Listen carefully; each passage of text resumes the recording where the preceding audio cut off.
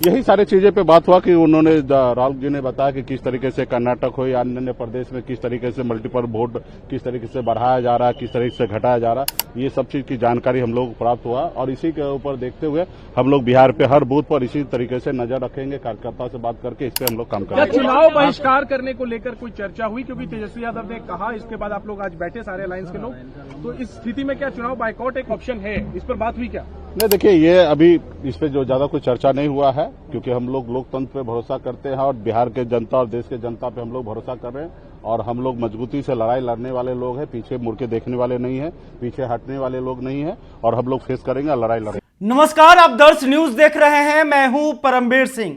राहुल गांधी के नए आवास पर चल रही इंडिया गठबंधन की बैठक खत्म हो गई है। डिनर पर यह बैठक हो रही थी, बातचीत हो रही थी और देखिए, इस बैठक से निकलने के बाद वीआईपी पार्टी के सुप्रीमो मुकेश सहनी का बड़ा बयान आया है। मुकेश सहनी ने बताया है कि आखिर इस बैठक में क्या कुछ हुआ है और क्या बिहार में महागठबंधन चुनाव का बहिष्कार करेगा। इस पर भी मुकेश सहनी ने बड़ा बयान दिया है। पहले आप मुकेश सहनी का बयान देख लीजिए, इसके अलावे और अन्य दलों के जो नेता हैं उनका भी बयान सुनाते हैं कि आखिर वो क्या कुछ कहते हैं। तो पहले मुकेश सहनी को सुनिए।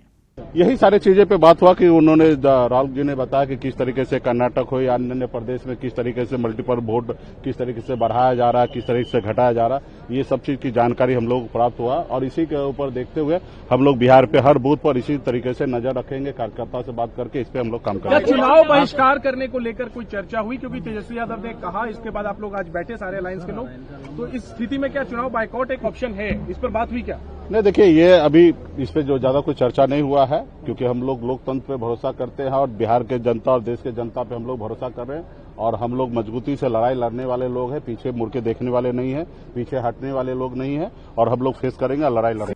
तो आपने देखा कि मुकेश सहनी ने कहा कि बिहार में हम लोग पीछे हटने वाले नहीं हैं, मजबूती से चुनाव लड़ेंगे।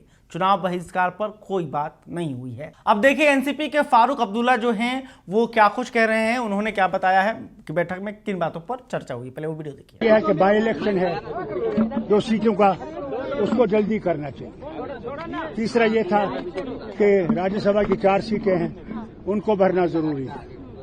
तो ये बहुत अहम बातें हैं जिसके लिए हम लोगों ने इनसे कहा है और जो किताबों पर इनने बैन लगाया है।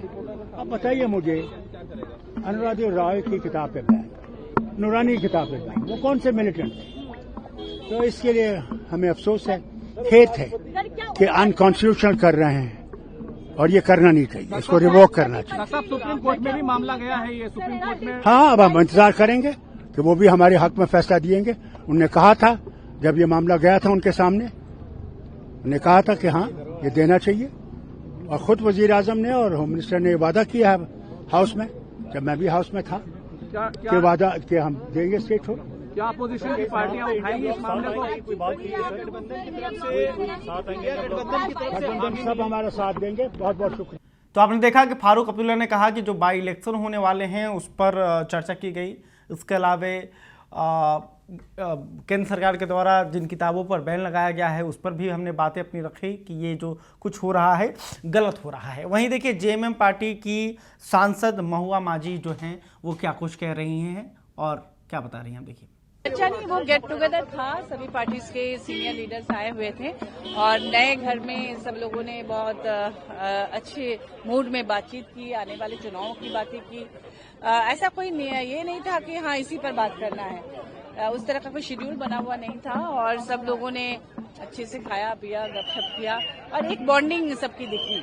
सब एक दूसरे की से बातचीत कर रहे थे, चुनाव को लेकर भी बातचीत हो रही थी, लेकिन बहुत ही हेल्दी एक माहौल था। क्या उपराष्ट्रपति को लेकर के भी कोई चर्चा हुई? नहीं, ऐसी कोई ऑफिशियल चर्चा नहीं हुई है, ऐसे कैजुअली सब लोग ऐसी बातचीत कर रहे थे, लेकिन कोई एक ही टॉपिक पे बात नहीं हो रही थी, जिसको जिससे मन जिस तरह की बातें कर रहे हैं। राहुल गांधी ने पावर पॉइंट प्रेजेंटेशन आप लोगों के सामने दिया है, वो सब मतलब एक्चुअली हम लोग यहाँ पर आए थे उनके नए घर को देखने। जेएमएम बिहार में चुनाव लड़ेगी क्या?